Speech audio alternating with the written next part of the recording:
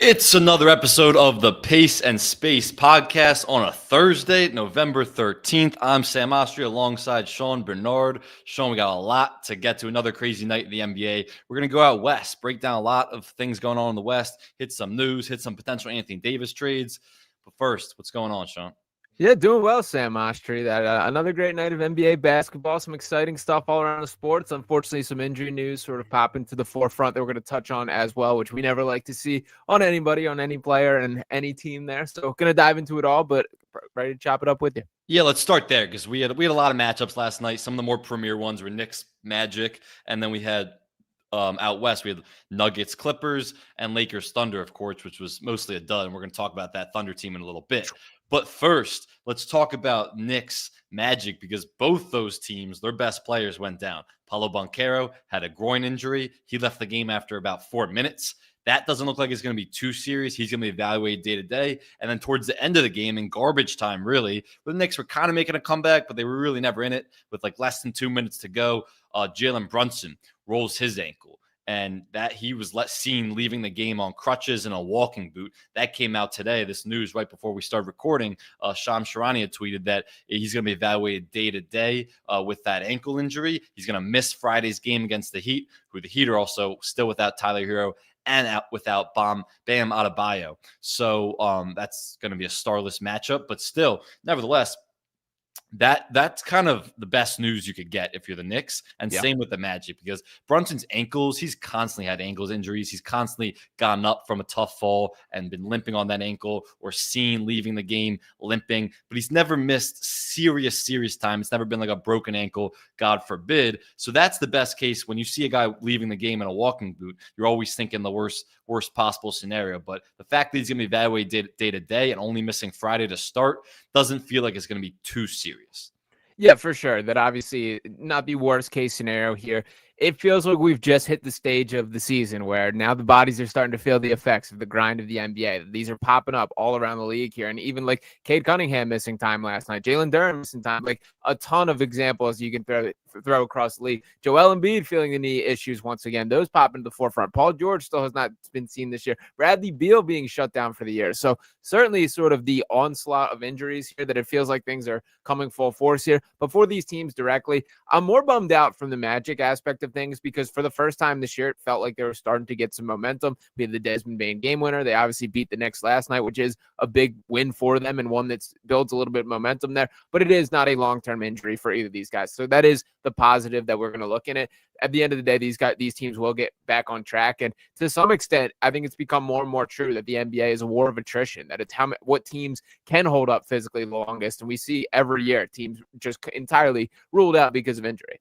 Yeah, no doubt. And when you talk about last night's game with the Magic and the Knicks, we won't go too deep into it, but the Knicks were on a back-to-back, but this Magic team is starting to play really well again because their defense is playing really well again, and that's been their bread and butter. They've had a top 5 defense in the league the last 2 years where they've made the playoffs, and you thought this year their offense would take a huge leap and a jump forward. Really, their three-point shooting, they're still toward the bottom of the league in three-point attempts, three-point makes. So it was their defense last night that shut down the Knicks offense, who had been playing really well, but the Knicks were on a back-to-back. They just went back to their like ISO heavy, not moving the ball. There was a sluggish offensive performance from them, and yeah, they were on a back-to-back. For the Magic, their offense looked better, but it was funny hearing them talk after the game, because all of them were talking about, our game plan was to shoot more threes. The Knicks give up the most threes in the NBA. They like to pack the paint a lot, and you're gonna the Magic are gonna exploit that by shooting a ton of threes.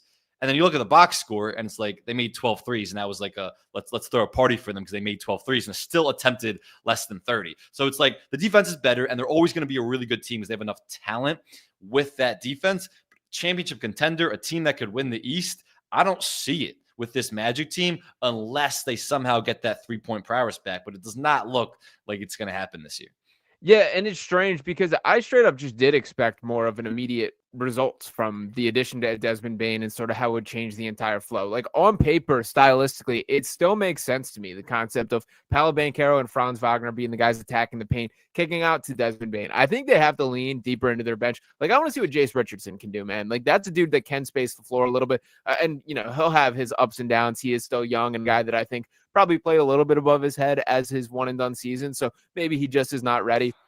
I like Tristan Da Silva a lot. That's another guy that I think can contribute in those ways. They have the talent there. I feel like it's not being quite maximized. They're taking steps in the right direction, but I still think Jamal Mosley cannot be resting on his laurels whatsoever. There's a lot of work to be done with that team, but I'm not counting out the Magic to the level that I think you are. Yeah, it just feels like they could take a Heat-like approach where they don't have great three-point shooting, but the Heat play so fast. They're all drive and kick. They want to play, get in transition, force turnovers, use transition opportunities to score, get easy baskets, but also play fast in general. I mean, the Heat lead the league in pace, and they just force the defense to make so many decisions. And I think that's right, that they are probably going to fire Jamal Mosley because it feels like he hasn't maximized this group offensively, and every guy that comes here becomes a worse three-point shooter. And yeah, their best players aren't good three-point shooters, so that's just a problem as is. But Desmond Bane's shooting 27% or around 27% from three this season. Like, he's a 40% career three-point shooter. Like, that's just, and he's a movement shooter. He's an off the dribble shooter. He's a guy that wasn't just a Kentavious Caldwell-Pope who's just a catch and shoot and had no impact and shot really poorly last season for the Magic. So you thought he would have some type of impact, and the Magic have really good players still, but they just don't play as fast as they should, and don't play like the drive and kick style where they're attacking the rim and creating opportunities for more open threes. Yeah, no, I agree with that. I think there's still plenty of work to do stylistically. And like, it's a work in progress here. Like, when you make a sizable change to a roster here, it takes some time for these guys to figure out just how to play together. It's a little bit confusing to me how clear the growing pains have been, because I still understand the fit. I just want to see it with this Magic team. And by the way, they can't really afford for this not to work. Like, thinking big picture for this entire organization, this was the push in the chips in the middle move. Like, they're not stuck. They have other directions they can go, but this was the swing that they elected to take. So it would be a big deal if this is not like the long-term solution here. And I like a potential blow it up. I agree with the conversation here that I think that's, if this does not work, you're probably making a potential Paolo Banchero trade or a Franz Wagner trade. I still think Franz is in the conversation of one of the more overrated players in the sport of basketball there, but this is now his chance to step up and act like a 1A. If there's people who certainly believe he can be that guy without Paolo for at least the next game or handful of games here, now's your chance to prove that. Yeah, and Franz played well last night, 28 points, 9 boards. But let's transition, all right? We talked some East, Magic, Knicks last night, but let's go out West. We Tuesday's pod, if you go back, listen to Tuesday's pod, we talked a lot about the East tiers. We talked about all those teams, went through them, and still get involved with the conversation. You can leave us a voicemail at 856-295-1602.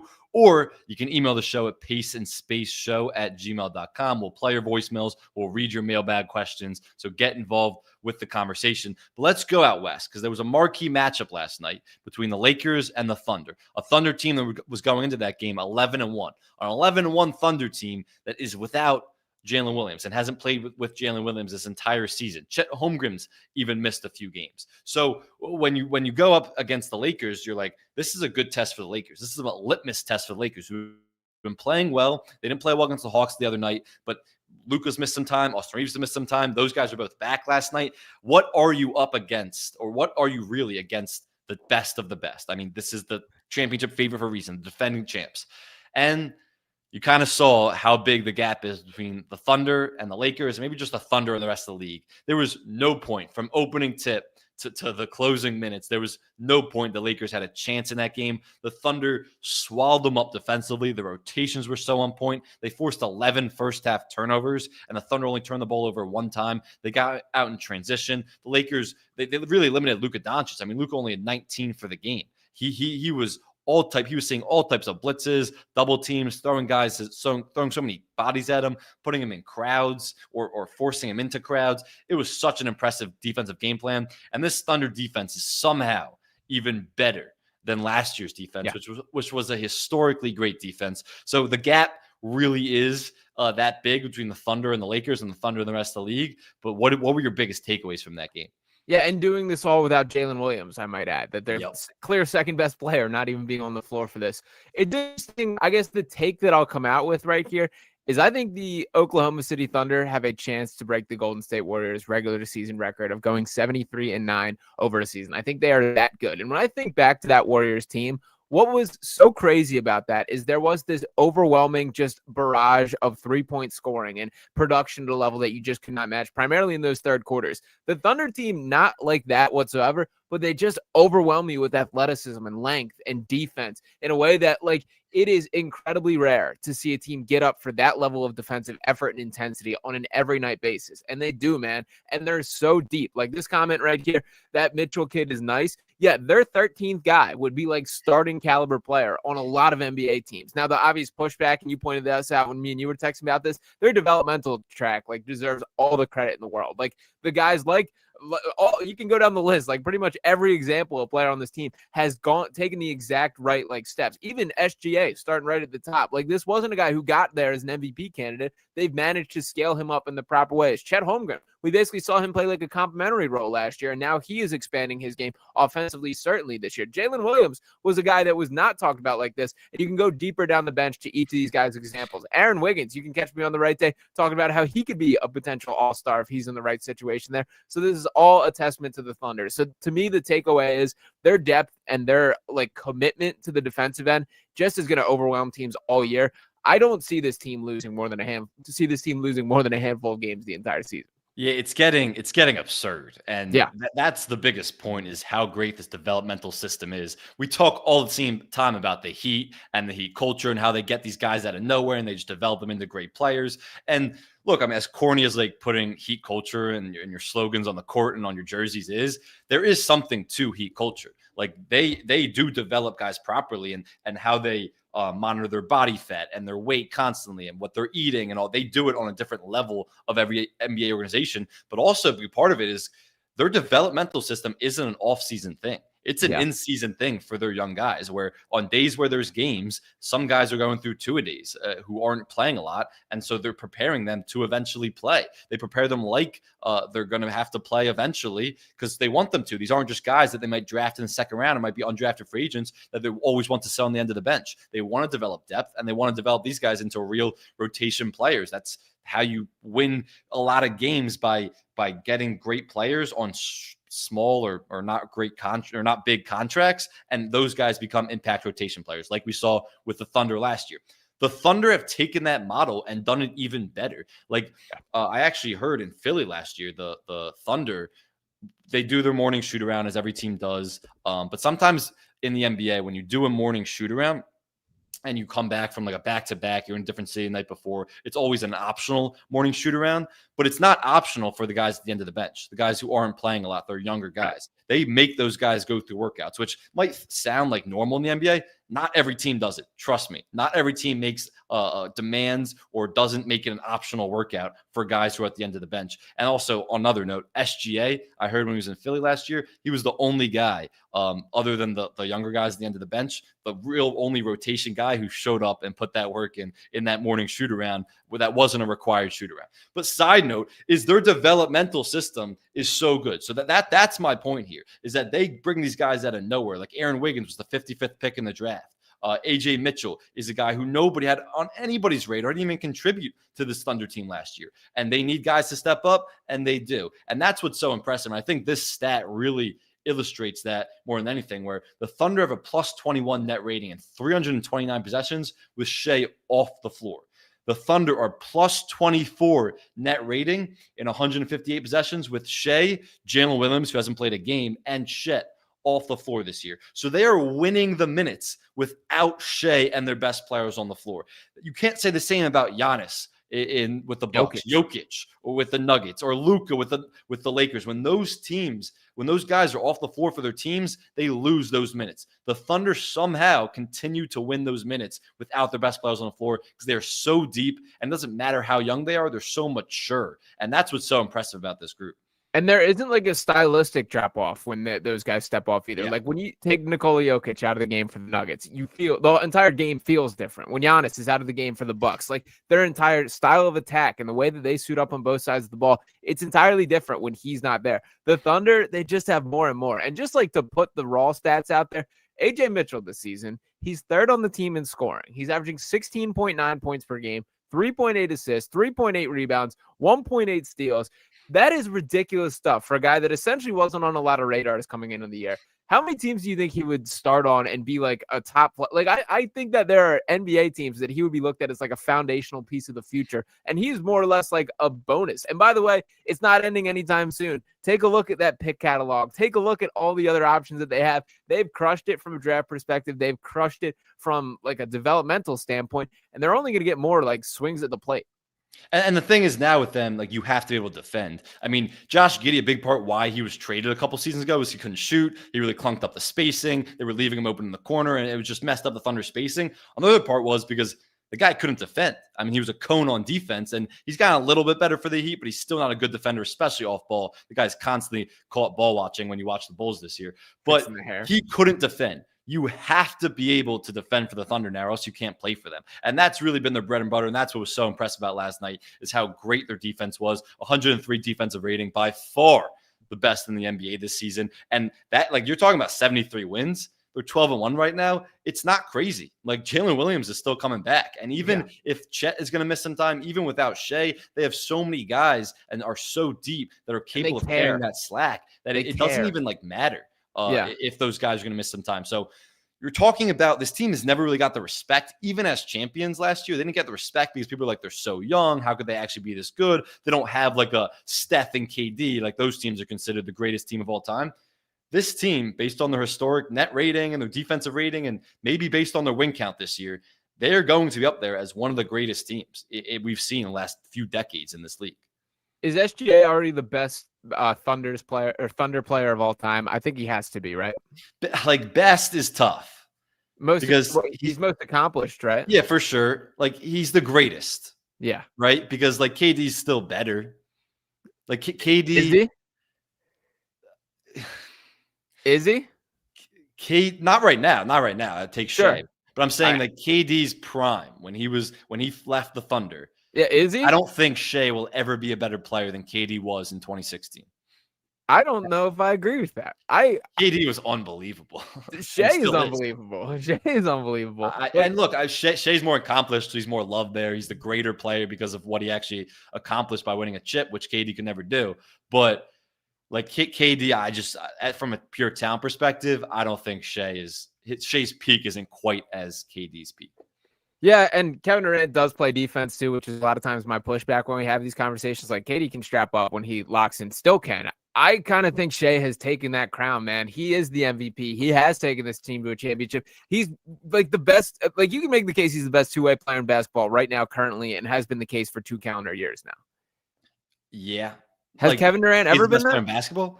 Yeah, I mean, I get you're going to say the Jokic. No, I was literally going to transition to the Nuggets. There's no way that he's better than Jokic. And it's I think close, the gap, man. And I love Shea. I love him. It's close.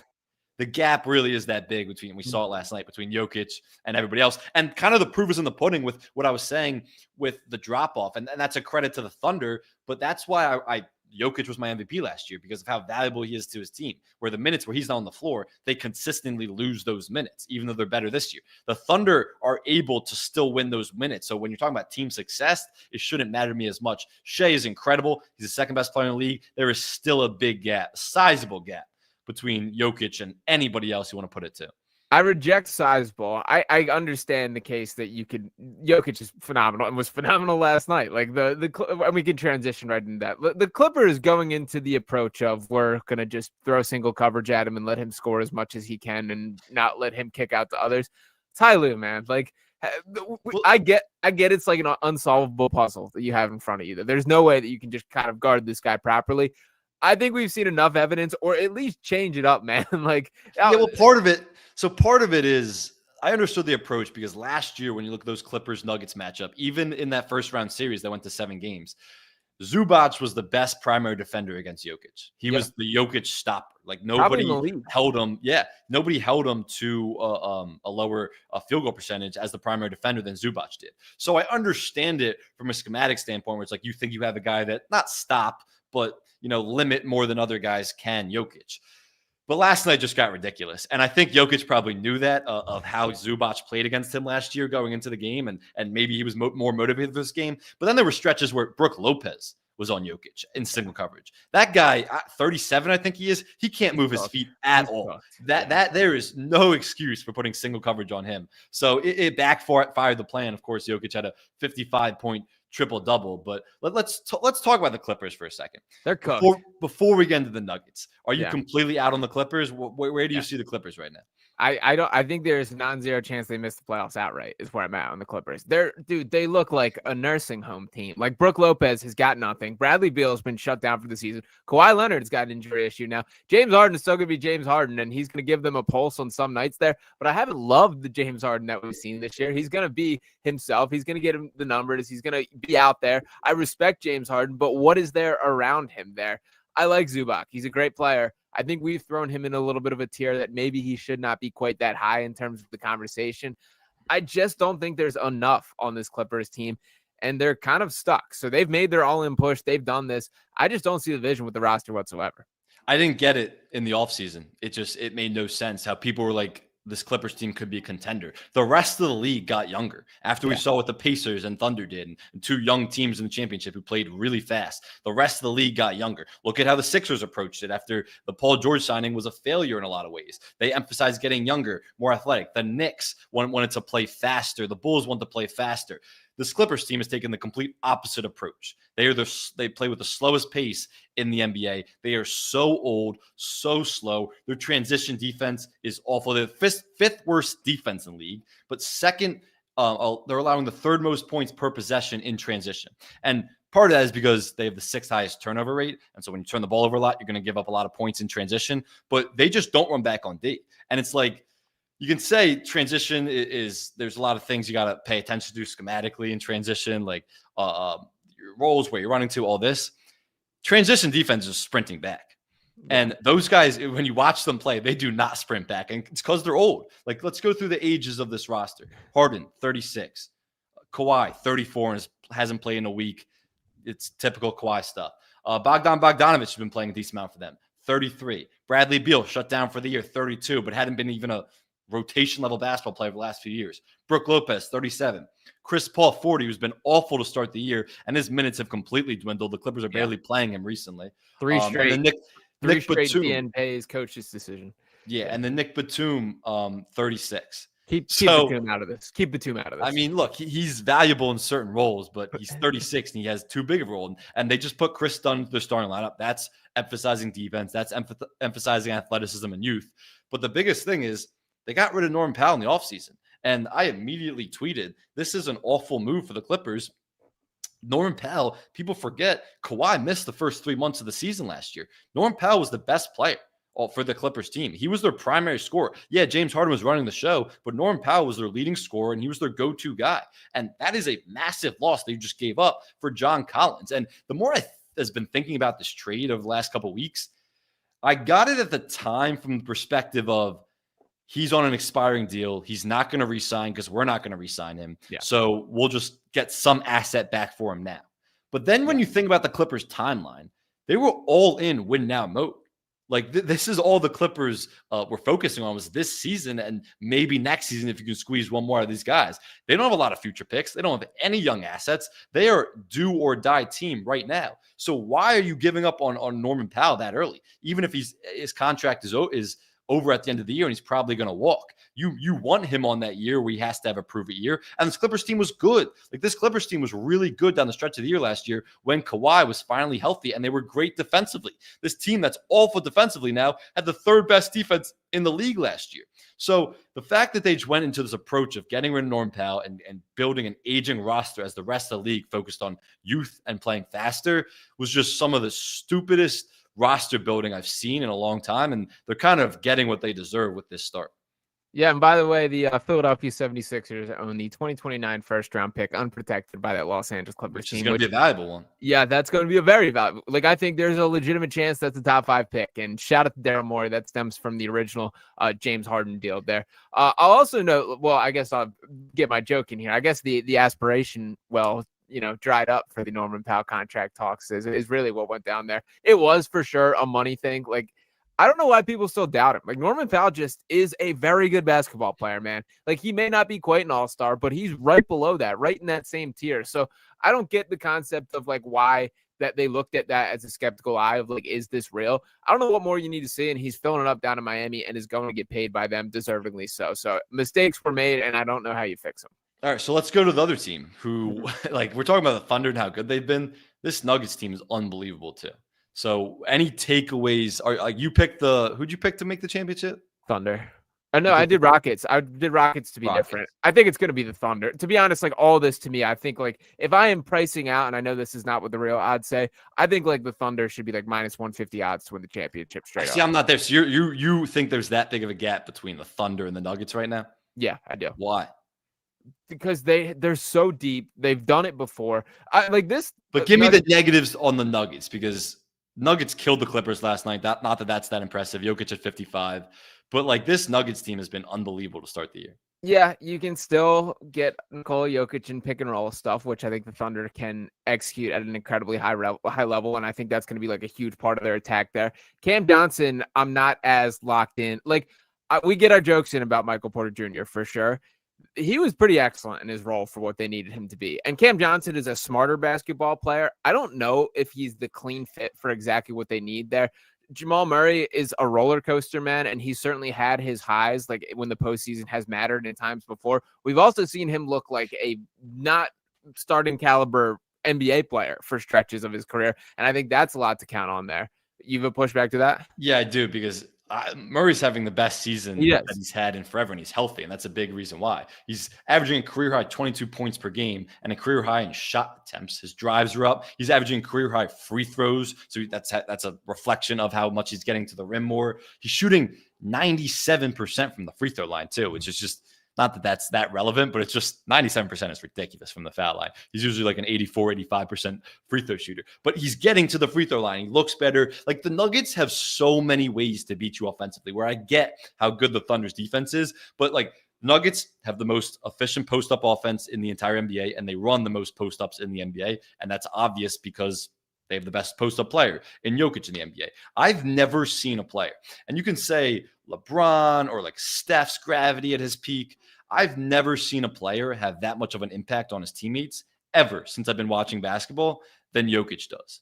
It's absurd. Like how often he gets guys open shots, how often or how easy it is for these guys to make a simple cut or a simple screen that frees them up. And they're just, Jokic hits them in their pocket passes. These guys don't even expect it. It's funny seeing like a guy like Cam Johnson come in playing with the Nets, where he's so ball dominant the last couple of years, and then going to the Nuggets, where he just gets so many open shots and he's shooting the ball really poorly. 21.1%. Yeah, I mean that's awful. But like he is a 40% 3-point shooter. He's dealing with a little bit of a shoulder injury. Not to make excuses, but like it could be something. I'm not worried about Cam Johnson. He's proven he's a 40% 3-point shooter over a long stretch. I don't think it's a fluke. I think he's just on a cold stretch to start the year. The shots are open. Like when you watch these games, Jokic consistently gets some open shots. And then Aaron Gordon is having one of the best seasons of his career. And he's one of the more versatile players in the NBA. He can score in the post. He can score as a ball handler in the pick and roll. He's good in catch situations. He's good as cutter, like everything. Rebounder. Aaron Gordon is probably the most underrated player in the NBA. He should be in all-star contention. Murray's having a great season. Their bench is good. Like, think about this. The Nuggets are always going to lose the Jokic minutes, always. Still are. They still are. But I mean, their net rating with Jokic on the floor is 21. That's absurd. Their net rating without Jokic on the floor is -4. That's the best it's been over the last 5 years. So their bench is serviceable now. When you Peyton Watson coming in, Honus Valanciunas as the backup center, they're not getting killed in those minutes, which takes some relief off of Jokic. You can give him a little bit longer rest and come in more rest and energized when he has to come back in. So yeah, it's still not a good, like great bench, but when you don't lose those minutes catastrophically like they were the last few years, when those net ratings were like -10, -11, that's much better. And so this team is so deep. And here's the last thing. Finish up this rant and this long-winded take about the Nuggets. Their defense is great. They have the second best defense. They have the second best defense in the NBA right now. When they won a championship, you always think of Jokic team as a league average defense. They were around 15 when they won the championship a couple years ago. They will be again this year when it's I don't know, because it's the transition defense that has been so good. They don't turn the ball over, so don't give a lot of opportunities for teams to get out and run in transition. But their transition defense is the second best in the NBA, and that's why their defense has been the second best in the NBA. So if they're that great on that end of the floor too, when we know what they're going to be offensively with Jokic and the surplus of talent they have, it's pretty scary. Yeah, I don't believe that it's going to be a good defense. I don't believe. But like above average, let's say they finish around like 9-10 defensively. That's better than the Nuggets typically are with the Jokic as your backbone. That's true. That doesn't beat the Oklahoma City Thunder. I agree. Well, that's one of the best defenses we're ever going to see. Yeah, and I agree. And shout out to Nick. I'm all in on the Aaron Gordon love. That I agree. Like that is a Swiss Army knife that every team needs, and I like give him a ton of credit for. He tried to be the man down in Orlando for several years and accepted this role in a major way. I do want to note the Jonas Valanciunas minutes. I don't love them, man. And I'm trying to be like open-minded. I believed in the vision when they did sign him, and I still see him as a fit, but we're still seeing it drop off. And just to my eyes here, like I'm not believing that this is checking out. And by the way, for their great defensive numbers here, they held the Pelicans to 88 points, which I think is, we can all acknowledge. They held the Pacers to 100 points. Oh, before we go on the Pelicans, this is the only chance I'm going to give you, November 13th, 2025. Take back everything you said about Derek Queen. Derek Queen is Derek Queen is a hell of a player. And right now, when you're talking about who do you want on your team for the future, Zion or Derek Queen, the contract, the health, the youth, Derek Queen's the answer. You start thinking about trading Zion Williamson now because of how great Derek Queen is. I called him Baby Jokic for a reason during the draft process. This guy is unbelievable. Derek Queen's been awesome. I can't acknowledge that. I also, where we'll forever disagree on this is he still was not worth the trade. They still should not have made that trade. That still was an idiotic trade. Like I hate that we always have to bring up the trade when we talk about Derek Queen now. People like you and a lot of other people had the takes about Derek Queen before the trade. Correct. Like you guys weren't Queen believers before the trade. Like and then when they moved up, and then when they moved up for him, that just kind of justified everything you thought about him because it was a dumb move. I finally acknowledged that it was a dumb move, regardless of how good Queen is, because of how bad the Pelicans are this year. But still, the trade has nothing to do with how good Derek Queen is as a player. I'm warming up to Derek Queen. I won't lie. He's been very good for sure. He's played 12 NBA games to this point, and I think they've won one of them, if I'm not mistaken. So let's simmer down a little bit on how impactful this guy is and all those conversations. It was an idiotic trade. He is probably going to turn out to be a fine player. I still think the ceiling's pretty limited on a Derek Queen team, which has been my overall point with him. I mean, as the best player right now, sure. But my point was that he's an all-star level player. So if you're developing with other all-star level players, not like a Zion Williamson who's incapable of shooting, is just a downhill driver type, that doesn't work. He's not going to be Nikola Jokic. Nobody's ever going to be Nikola Jokic. Okay, yeah. So I said baby Jokic. He's not officially Jokic. How about Şengün? Do you think he could be as good as Şengün? Because I do not. Şengün's on a whole nother level this year. I mean, Şengün's been a top 12 player in the league. But last year, Şengün, can he get to that level? Yeah, I think so. Okay.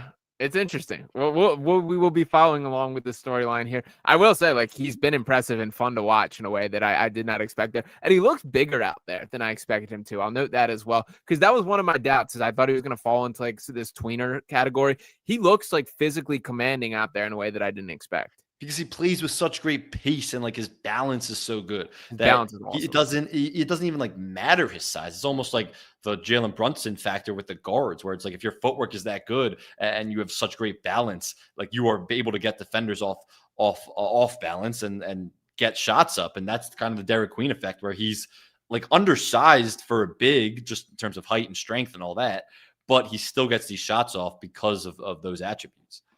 He's also the second best rookie on his team. I'll make sure that's clear as well. No. What, Jeremiah Fears? Correct. Oh, yes. Hell no. Jeremiah Fears is awesome. What's he shooting from three? Is he up to 10% this year? I believe he's still in the 20. Let me fact check myself. No. And look, he's been fine, but come on. A guard 31.7%, Sam Oshtry. What is it? 31.7%. We're moving in the right direction. Throw a parade, hang the banner. Probably be his career high. Yeah, the shooting's going to be the swing skill for him. But you want to talk about composure and all those kind of things. That applies to Jeremiah Fears as well. The Zero Fears jersey is an all-timer right away. Yeah, that is. You were making a point before I cut you off. I don't even remember what it was. I forgot as well. I believe it was back to the Denver Nuggets conversation. It was the teams they beat. I got stuck on some of these defensive numbers. I think are a little bit juiced from the start of the season, holding the Pacers to 100 points, holding the Pelicans to 88 points. I'm not buying into the stats that this is a very good defense just yet. That's fair, but I do think like their transition defense had been pretty poor the last couple of years, which contributed to them being a bad defense. They're really making an effort to get back this year, which is noticeable when you watch their games, and they're not turning the ball over at all. So it's not letting teams get out in transition. So I think those are two factors that contribute to the defensive end that will be sustainable, even if the second best defense in the league probably isn't, but they're so great offensively. And my rationale for coming into the season, why I picked them is because last year, this was a worse Nuggets team, pretty much the same personnel with the Thunder, and the Nuggets still took them to 7 games. Yeah. So it's like, yeah, the Thunder grew up, that they got better. I mean, AJ Mitchell and their depth and all those guys are so young. You expect them to take a leap. Like Jokic is still the best player in that series. I expect Cam Johnson to turn close. Aaron It's close, Gordon, man. You got to give SGA a little bit more respect here. That's not close. It's not nothing to do with SGA. I never watched him. It's not, because SGA is incredible. Me saying he's worse than Jokic isn't any disrespect to him. It's all the credit in the world that we're watching one of the greatest 10 players in NBA history in Nikola Jokic. He's that great. Like he really is. I've never seen a guy make everyone on the floor that much better than what he does. Nobody, like not even LeBron in his peak, where so much of the defense collapsed around LeBron and guys would get open shots. He's so fun to watch him pass. And then we watch a game like last night where he just turns into a scorer and drops 55 and just shoots the 3-ball like he did, where he's not even shooting the 3-ball that well this season compared to last season. He's just such an effortless scorer, and he's such a great passer. We really got to appreciate him, because I'm telling you, this guy does not come around ever, maybe like ever in this game's history again. He's awesome. There's no doubt about that. And I fully accept I've lost the Joel Embiid, Nikola Jokic's debates that I was so dug in for years. I was on those Embiid trains too early, and people love to text me and remind me about it still, that I said Embiid was better than Jokic at one point in time. He was at one point in time. I will stick to that take. But, yeah. I mean, Jokic has gone to levels which I never thought were possible within his game and is currently at those. But how I would phrase that when having this Thunder versus Nuggets conversation, Nikola Jokic is not going to be the best player on the floor for all 7 of those games. That Shai Gilgeous-Alexander will have his moments where he dominates on both sides of the floor and is the best player. I can understand the case that Jokic is the better overall player. Shai is right there in that conversation. It's just last year, like, Jokic wasn't great in that series by any means. The Thunder did some really good things with him, like putting Alex Cruz on him when they fronted him a lot. It was pretty impressive. But Jokic wasn't great, but he still was the best player in that series, and he just didn't have any help. Like, Michael Porter Jr. was a 0 in that series. Jamal Murray didn't show up in that series. Aaron Gordon was pretty good. He was the only guy. They had no bench. They were only playing 6 guys, and one of those 6 guys was Russell Westbrook. So, like, this team is just so much better and deeper now. And that team last year still took the Thunder to 7 games. So, look, to be honest with you, I don't think anybody else in the NBA has a chance at the championship other than the Nuggets or Thunder. Maybe the Rockets, and we can talk about the Rockets a little bit, but, like, I still have concerns about point guard and playing Reed Shepherd that many minutes the way they are in a playoff series. He does, but you're not picked on as much in the regular season as you would be in a playoff series defensively, where they'd constantly be putting him in actions and not sure he can hold up in that way. So I still have concerns about the Rockets. The point is, I don't see any way any team out east is contending with these two. It's the Thunder, it's the Nuggets. Unless there's a catastrophic injury, one of those teams are winning the championship. Yeah, I think that's fair. I still, I guess the way that you have this gap between Jokic and SGA, I definitely have for the Thunder and the Nuggets as a team there, that I think they've earned that and deserve to be on the mantle there. I think you're laughing at the same comment that made me. I am. We'll just put it up. I am glazing the Nuggets. I've never, I'm a Knicks fan. I'm a Nuggets fan. I've never seen anybody like Nikola Jokic. I just haven't. Like, as long as I've been watching basketball, and they're that good, and I had them winning the championship coming in this year, so I'm sticking with it. Yeah, a Nuggets and Knicks fan is who I got sharing this podcast with me. It's unbelievable. My two least favorite teams that have been that way for like the past decade there, but Well, yeah, nonetheless. I did forget honestly because it's so like it's not even a debate anymore. But I have forgot that like Jokic and Embiid was like heated Oh like yeah. 3-4 years ago. Like that Because was a Joel was heated. better than him. Joel was better than Nikola Jokic for that stretch of the Joel's prime, which now unfortunately we have to accept was the peak of Joel Embiid. Yeah, Like, before Jokic's first MVP, Embiid was yeah, better. yeah. Like I will never forget. I was on doing the beat reporting that I was like there at the game doing the press conferences when Embiid gave him 51 and hit that three, like that step back. Like that was one of those moments where like this is special basketball that we are witnessing from this dude, and it is such a bummer to me that like injuries have And then he's robbed us. ducked him ever since. I, I'm I joking. I hate the ducking stuff. I I get knew it. that would trigger you. Yeah, I get it. There's not much of a defense to have in that conversation at this stage of this game. I've certainly softened on my hatred of Nikola Jokic and appreciate him as a talent in a way that I did not at the time. That stuff got like remember on ESPN, JJ Redick and Kendrick Perkins used to debate like it got like racial racial, side? it got like Yeah. intense. Like that was like heated battles. I almost forget because it feels like forever ago. But the Jokic Embiid Sixers Nuggets stuff got heated. Yeah, no, it definitely did, and there's quite a few Nuggets fans who were in my DM saying some nasty stuff to me, which was I bet. insane to me at the time. But nonetheless, I did want to throw this out there. We just had this break on the timeline, which is a bit of a sway from what we usually talk about, but I do think is interesting. Steph Curry and Under Armour are parting ways, and the Curry brand will move forward independently there. That's kind of interesting to me. We know how big business, like all the sneaker stuff and all that side of things is. I did not think that Steph Curry would ever separate from Under Armour like that. So I'm kind of intrigued by what the plan or idea behind this is. Yeah, that is interesting. I didn't even see that on the timeline. Kevin Plank's the CEO of Under Armour, but they like, and he's a Maryland guy, but they haven't um had a lot of like huge name athletes recently. It's really just been like Steph and a couple like golfers.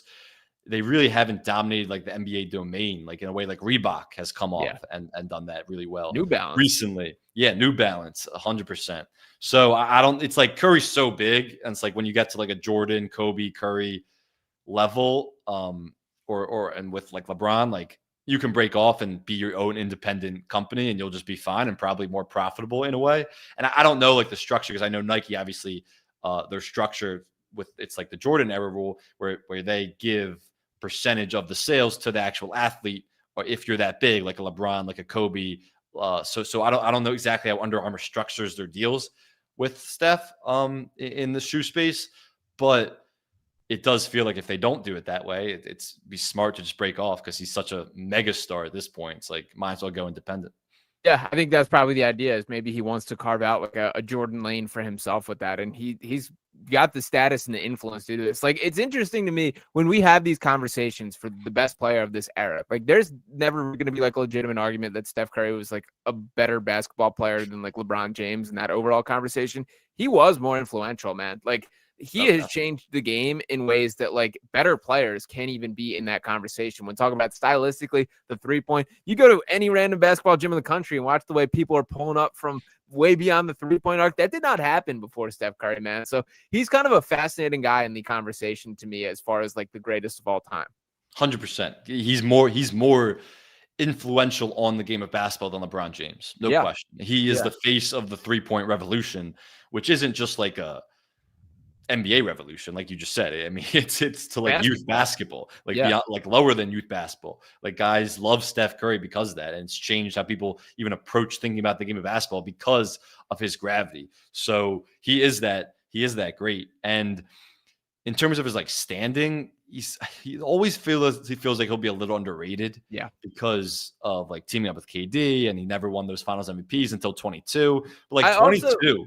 Like he won before Kevin Durant, man. He was the guy. But he won the Finals MVP and he struggled a little bit in the playoffs. So like that's the knock. Yeah, the Iguodala MVP is garbage, man. Always has been garbage. No, and I get it should have been Steph. It should have been Steph. It's like you gave Iggy that MVP because he locked down LeBron James. LeBron averaged like 40 plus in that series. Yeah. So it's like, he was the one guarding LeBron James. I wouldn't say he like locked down LeBron James when you actually go back and look at that series. But like he was guarding him, so I guess he got the MVP, but it should have been Steph. Steph just wasn't like as good as he was during the regular season he was still the best player on that team by far. Yeah. Um, Our yeah, guy didn't know Rocky we were going to DeBert's go down a on fire with the comments today. I got to say, yeah, shout out to seriously, you. seriously. But Steph's also really likable too. Yeah. So it's like there's like people hate LeBron and like justifiably for like the phoniness and stuff. There's nothing to not like about Steph. Yeah, 100%.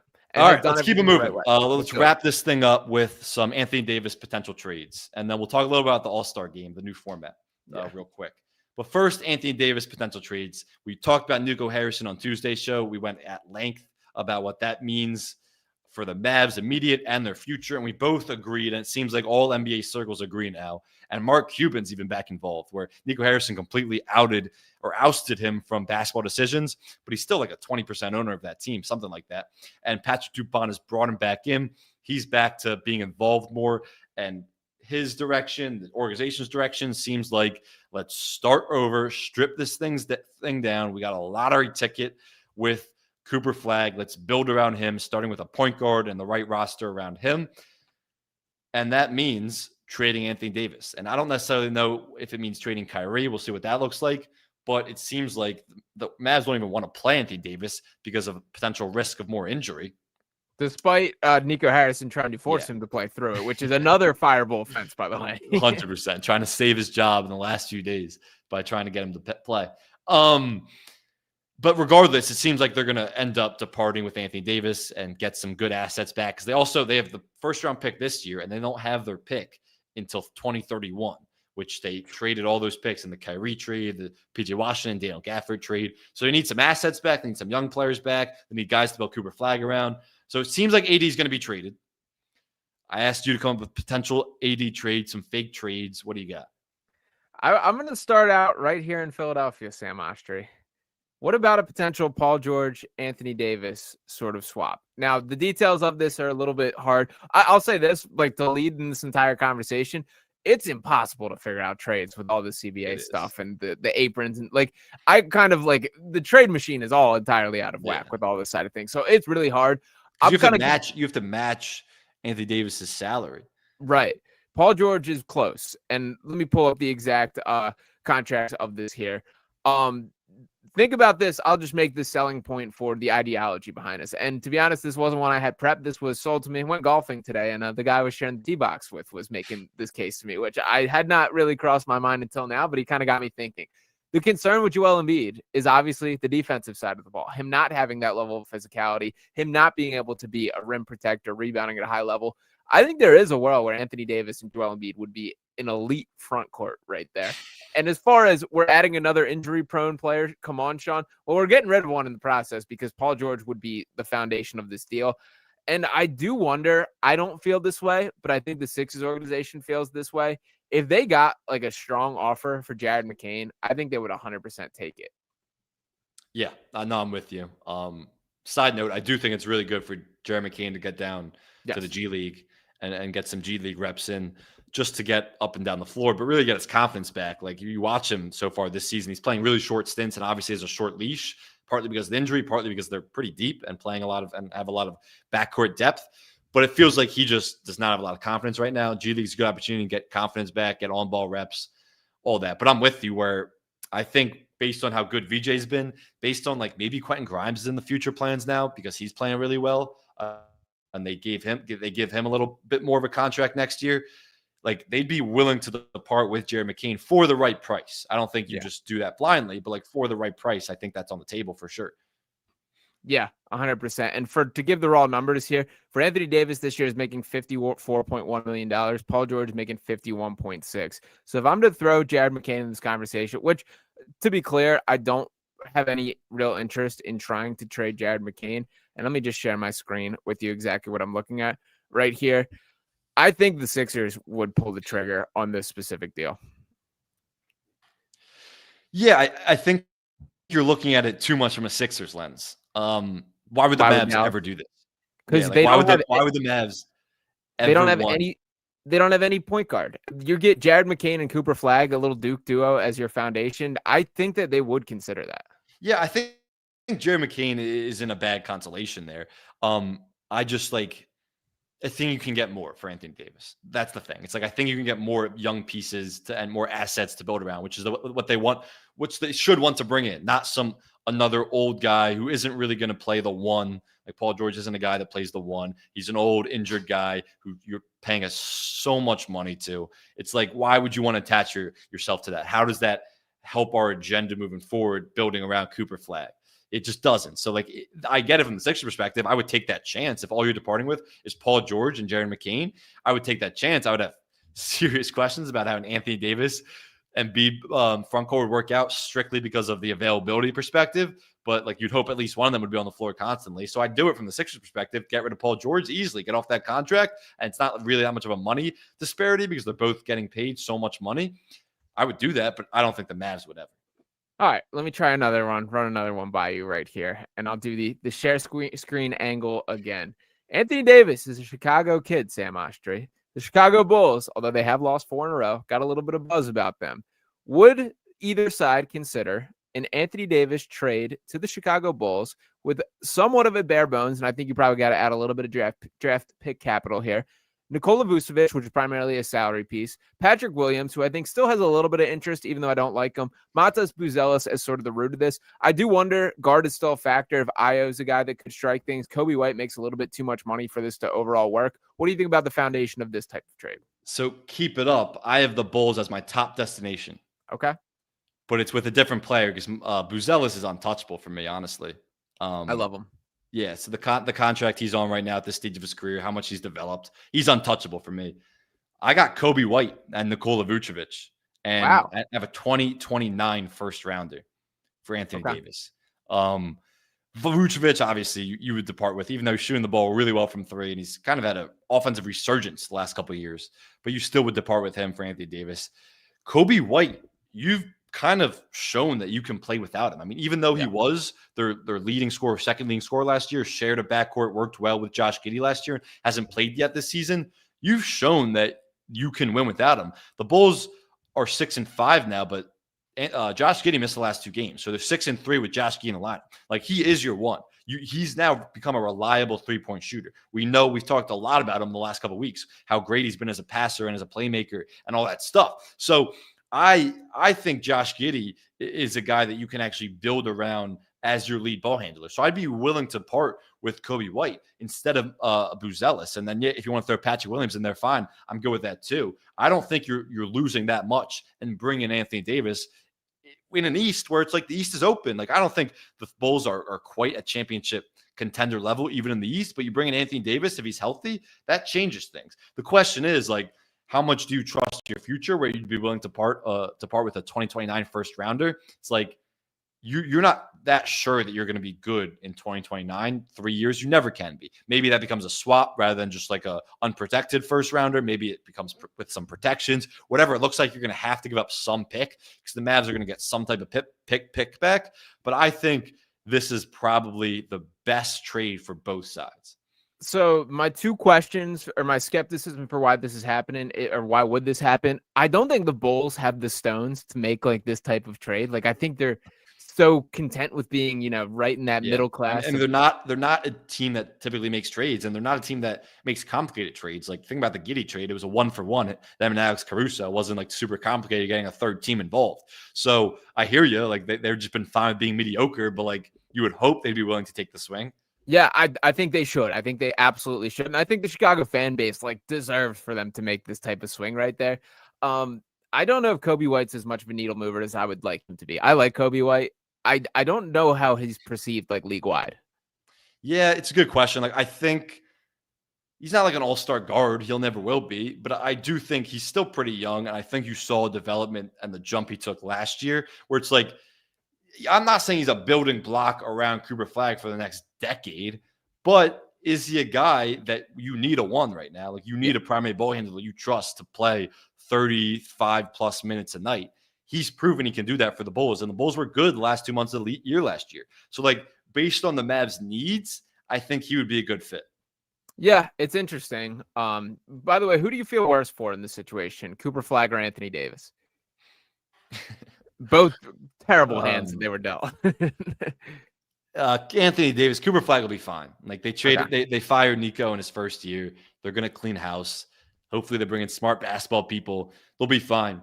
Anthony Davis' legacy has essentially become the guy who was attached to the Luka Doncic trade.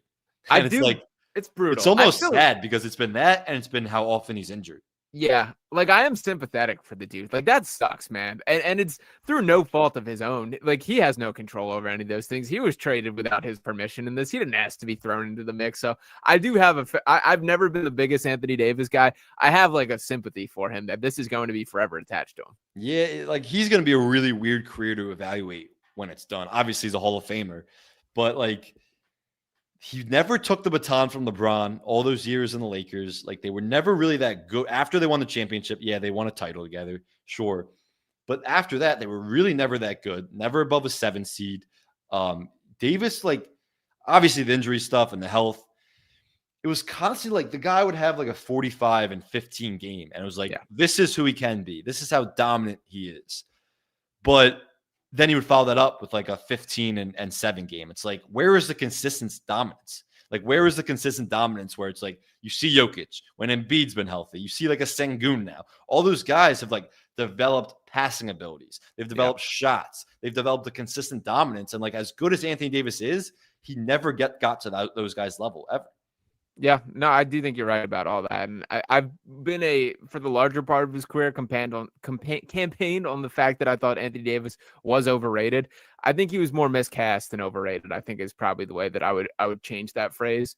Do you have another trade that you want to throw up, or should I get to my next one here? Yeah, I only have one other. And this one I think is really interesting, but it's also really complicated. Okay. And it's the Raptors. Interesting. I like that. So you'd have to depart with Jakob Poeltl, obviously. And you probably have to give up RJ Barrett or Emmanuel Quickley. Now, RJ Barrett's the better player, and I like RJ Barrett a lot. Emmanuel Quickley's the more like point guard type that you would want in terms of who the Mavs actually need, a point guard to run the offense, even though like Kyrie still presumably is coming back and should be okay when he comes back at the very least. You'll also have to depart with a couple first-round picks if you're the Raptors. And it's like, is your future, how much is your ceiling really elevate with Anthony Davis where you'd be willing to depart with those first-round picks? It's also especially complicated because the Raptors are one of the few teams in the second apron. So when you're in the second apron, it is really, really difficult to make trades with the salary matching and the certain things you can and can't trade. It's just really complicated. So because of that, it would be really difficult. So I don't know if the Raptors would make the swing, but like Raptors are playing good ball right now. They are. And like Anthony Davis would really elevate them to a top team in the East. That's interesting. I do think they're weird enough that they would do it. And I think that they do need to take like a swing.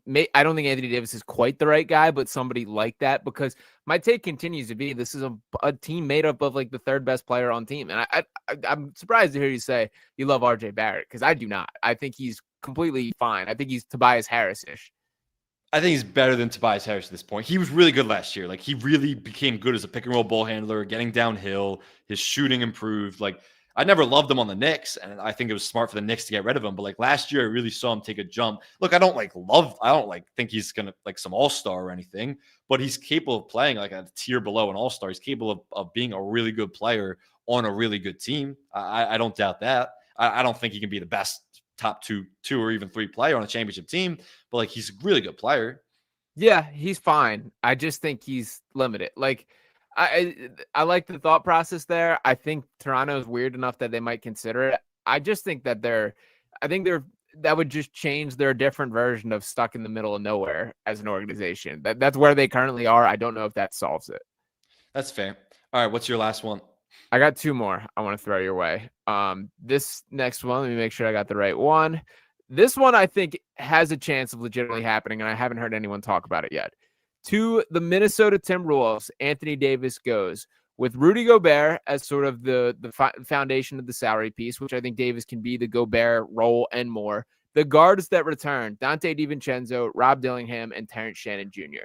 This is a bit more of a, you get 3 swings at it with 3 guys that I like as relatively young guards. DiVincenzo a little bit older than Dillingham and Shannon Jr. I like Terrence Shannon Jr. I think that there is a chance that he could be like a point guard of the future. I think that is an intriguing option to pair with Cooper Flagg there. And if you're Minnesota, dude, they've been knocking, man. This team's been quietly, they've gone to conference finals in back-to-back years. They're right in the mix. You have Anthony Edwards.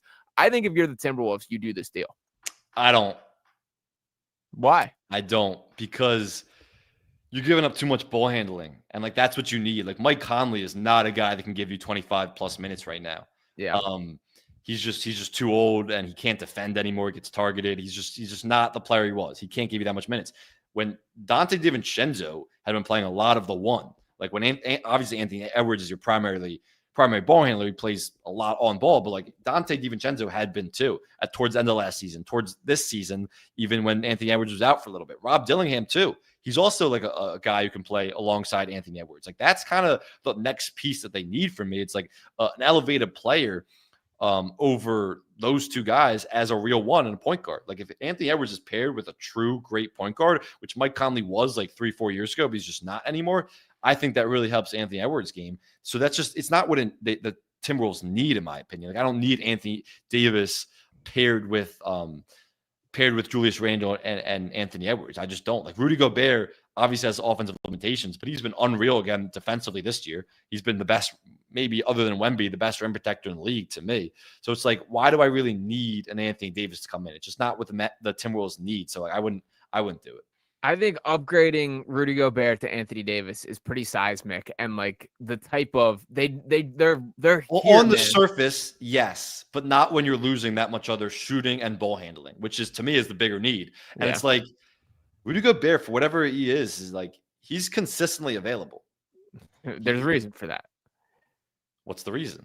That he's not that good. He's fine. He's okay, but consistently available. I mean, like he's healthy. Like okay. You know he's gonna be there. Like, yeah, he's really limited offensively, but like he's gonna be on the floor, and he really helps your defense.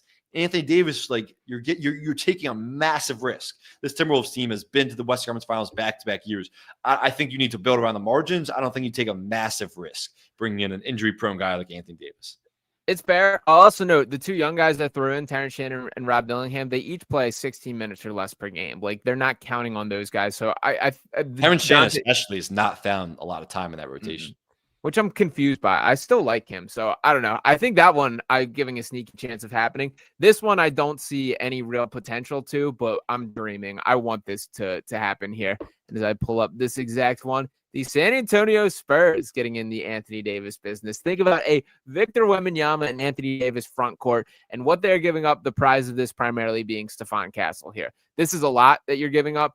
I think we're already looking at the logjam of guards with Dylan Harper, De'Aaron Fox, and Stephon Castle. Castle, I like. I don't know how I feel about how the guards shake out. You're going to have to make a decision at some point. This would be a guy I think is worthy of making that on. It's a lot to give up, but I do think about, like, I don't know how you score on a Victor Wembanyama and Anthony Davis defense. Yeah, look, I get it in theory. Like, Harrison Barnes would be a loss shooting-wise, which the Spurs need some shooting.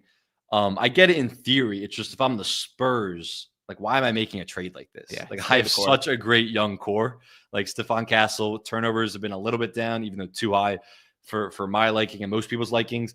Still first in the league. Yeah, and he actually had a triple-double last night. And Wemby also had a triple-double. First time in Spurs history that two guys had triple-double in the same game, those two guys. And, like, De'Aaron Fox has slowly started to fit in and come back, and we'll see what that looks like when Dylan Harper's back. But, like, you're such a great young core. It's like, why am I making a trade right now? It's not even like a young core. Like, this team's already a top team in the West. And they'll make their first playoff appearance this year. They'll take their playoff scars. They'll continue to build. It's just like, why am I taking a risk and messing that up? There are going to be ways to build around the margins next offseason, but I'm not making some crazy splash from the Spurs. Yeah, I think you're probably correct in that. I think they should stay the course. I was gassing up the Spurs as the Giannis team this summer for a similar reason. I do at some point, and it doesn't have to be right now because all these guys are incredibly young. I want to see Victor Wembanyama paired with like a real deal center and big man type guy. Luke Cornett, when he was healthy, was giving you like I love those lineups with those guys on the floor. There's a lot you can do offensively, inverted pick and rolls, and defensively, they're just insane. They're like impossible to score on at the rim. Even when it's just Wemby, they're impossible to score at the rim. But those two guys paired together, but like I get it, Luke Cornett isn't going to give you more than 20, 25 minutes a night. Yeah, no, for sure there. And Luke Cornett is not Giannis or Anthony Davis by any means. Is the only thing that I'll point out there. But I think one of the takeaways that I had in kind of thinking through this, there's not a ton of Anthony Davis options, man. Like, particularly with everyone knows that you want to blow this up. This was a direct failure. You need to change. I don't think the trade return is going to be nearly what it probably should for Anthony Davis. Yeah, probably not, because like the Mavs don't have a lot of leverage. I mean, I think the whole league knows that they want and need to get rid of Anthony Davis, and like, yeah, you don't just want to waste the season of his, where it's like, if you're putting him on the floor, they don't want to play him, because if you're putting him on the floor, you're risking him getting hurt and then completely killing his trade value. So it's tough. It's tough situation that they're in. I don't really see, like, I do see it being resolved, but I don't see them getting like some crazy haul. Yeah. Do you think there would be any point, or like, what if they just wait till the offseason? It's just like, the thing is, they're so bad. You don't have to play them. You don't have so to that's play the thing. It's like, you don't play him, but he's gonna want to play. Like, what's he gonna do? Just lillygag all year? Like, he wants to play basketball. Like, he wants, like, he's not gonna be okay with just sitting. But I understand from that perspective, like, we don't want to play him because we're risking you getting hurt, and then we can't trade you. So that's why it's like, why wait till the offseason? They're so bad. You might as well make a move now. Like, the Mavs have the worst adjusted offensive rating. Did I say this on last episode? I think I did. But they have the worst. They're not going to be this bad for the entire season. I don't know. They can't score the basketball. It's just like unbelievable to watch. They are so awful offensively. And like, I feel bad for Cooper Flagg, because he's better when he's paired alongside a point guard. Like, they'll be better when Anthony Davis comes back, but they're not contending for a play-in spot in this West. No chance. So it's like, why wait till the offseason for like both Anthony Davis's career sake and the Mavs' sake? Yeah. It's going to be interesting. And shout out to our guy, Sixers fan 229. I did want to throw in VJ Edgecombe added to the injury report as questionable tomorrow with a back issue there, which I do not love to see. Maybe don't play the guy 40 minutes a game throughout every single game. Nick Nurse would be my only lesson. Yeah, I don't think it would be the worst thing in the world if you got a day off or rested a game. All right, real quick before we wrap up, let's just hit on this quickly. The All-Star game. All-Star game format was changed again. It's been changed the last like 3 or 4 years. This year could be interesting, could not be. The All-Star game has been awful in recent years, but they've changed the format to a World versus USA round-robin tournament. So there'll be 2 teams made up of USA players and then 1 team made up of world players. And if the 24 All-Stars selected don't equate to 8 world players and 16 US players, then they said one guy who makes the All-Star team, who's like some ties overseas, will play for the world team. It's interesting. Which will be hilarious, by the way. That'll be hilarious for. It would be like, I mean, where does Embiid's not an All-Star, obviously, but where would Embiid play? I mean, he'd represent Team USA in the Olympics. That's what I'm saying. But like, he's also not from the US. Like, he's a world guy. Fair. Like, he's a US citizen. So like, where would he play in that?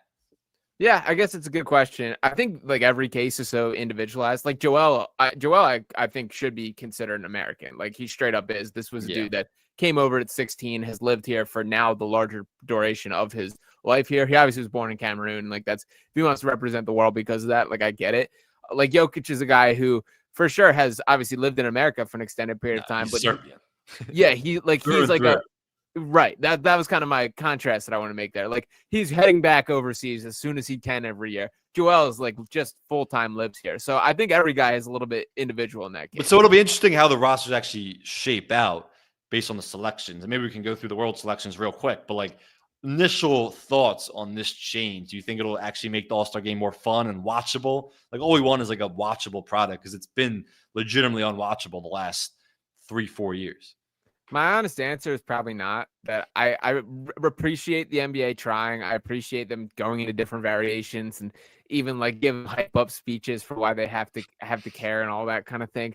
At the end of the day, like, you can't make these guys care. And I think that's kind of where we're at. I don't love that I have to like make my brain really work to figure out how this format works and like what is the exact system and all these kind of things. So I'll leave with like tipping my cap to the NBA for the creativity and trying things, but I'm not overly optimistic that this is going to. I mean, the model comes from the Four Nations model, which what the hockey did, which was great, break, which worked, but it's not going to have like that type of success. Like, you're really representing your individual country versus like these world players just representing the world. That's different than when you're at the Olympics representing like Slovenia for Luka's sake and like, or Greece for Giannis' sake, and that means more to you than just the world.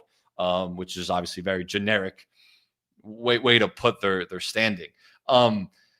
So I do think from the US's perspective, they might be like, we want to prove. There's been conversations that the world is better than the world produces better players these days, and because they've won all the MVPs recently, than the US players. Like the US might, from their perspective, might be like, let's go. Like we really care about this game more, even though they're separating the two teams. I hope it's an A and B team, and the A team get the best 8 players from the US that are selected get to actually play together, and then the B team will probably just lose. But I can't really see it having any type of juice to it. The thing is, the world players, when you look at Luka and Jokic, those are the two guys partly who have made the All-Star game awful the last few years, because those guys care the least. They're don't even put me in. They don't try. They don't even cross half court when they're in. They're not flashy guys. They don't care about some meaningless basketball game. So they care about it the least. So it's are they going to try when it's the world team? Probably not. My thing is, the All-Star game has been so bad for so many years. The format doesn't matter. The players and how much they care matter. And the players have shown they do not care. This generation and crowd of players do not care about the All-Star game. So if that means you have to scratch it all together and make it a one-on-one tournament, fine. I don't care. But the only thing I don't want to keep seeing is them changing it every single year, trying to adjust it like the format is going to impact the players caring. It's not. It's never gonna have that impact. So hopefully it's better this year. I don't really know how it can get worse in the last 2 years, but I'm not really convinced. Do you think this younger generation of players could be wired a bit differently where it does become competitive? Wemby's a guy I think that's going to compete out there. I think he will be a guy that raises the level. Anthony Edwards, I think, will care a little bit out there. Guys like that. Do you think?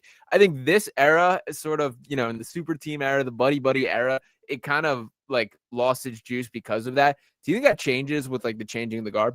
Yeah, it's an interesting point. We could go back to the buddy super team era isn't really a thing anymore, because it's not really possible right now with the salary cap situation and the restrictions and the aprons. You can't have KD come join the 2016 Warriors. You can't have LeBron, unless they take massive discounts, LeBron, Wade, and Bosh teaming up. So it's without that buddiness, maybe these guys are more competitive. Wemby's an ultra competitor, Cooper Flagg's an ultra competitor, Giannis is an ultra competitor. Maybe it could be a good point where the guys who are kind of phasing out of the league were that generation, and maybe we revert back to these guys aren't buddy and more just are uber competitive, and that translates to the All-Star game. It's a decent point. Do we want to go through real quick who we think the 8 world guys are going to be? We can do it. Yeah. So there's obvious ones. Luka, I'm just going to write them down here. Giannis. Yep. But by the way, where does SGA count? He's Canadian. Yeah, I think he's world, right? World? Okay. I'm pretty sure it's US versus world. I don't think it's North America. That was my understanding. All right. SGA. Jokic. Yeah, Wemby. So those are the 5 locks. Sengun, nope, he's been beyond an all-star, all-NBA guy. So I think those are 6 locks. Luka, Giannis, SGA, Jokic, Wemby, Sengun. Who else are we putting as the final 2 spots? I think Josh Giddey's an all-star right now. There's a couple more months before you decide, but right now, Josh Giddey's an all-star to me. Yeah. Pascal Siakam. I don't love that. The Pacers, he's been fine, but the Pacers are just so unwatchable. Yeah. Gobert, no. That's tough. So the last one here, I'm trying to think. I'm scrolling through a little Ringer Top 100 to kind of get through these here. I would put Giddey's the 7th guy, and if you're really stretching for 8, Siakam, but they might not get 8. Yeah. Let's leave it at 7. Let's flip over to the American side. I think this is a little bit more competitive than I initially realized. Sabonis is an interesting point. Oh, yeah. I did like that. Even though the Kings are an unwatchable product, Sabonis probably deserves it. Yeah, I think it probably is Sabonis. All right, we'll tentatively put that. All right, let's look at the American list. So the top American player right now, so I'm not Jokic, not SGA, not Giannis, not Luka. Is Ant the top American player currently? Definitely. Okay, so Anthony Edwards 1. Steph Curry's still got to be in there. Yep. Donovan Mitchell deserves it, man. Let's go Cade and Brunson first. Okay, I'm sure. Cade, Brunson. I still think Mitchell's in there. LeBron, they're not keeping out of this game. What are you talking about? You don't think he's going to be here? LeBron's going to make the All-Star team? I guess if they're gonna do the game, I will never watch an NBA game. Now I won't say well. I will not watch the NBA All-Star Weekend. Not a second of it. If LeBron James is an All-Star, he hasn't played yet. You think there's no chance that he's in the All-Star game? How? I mean, that is ludicrous if they just put him in the game. I get it. Like, do you remember in 2016?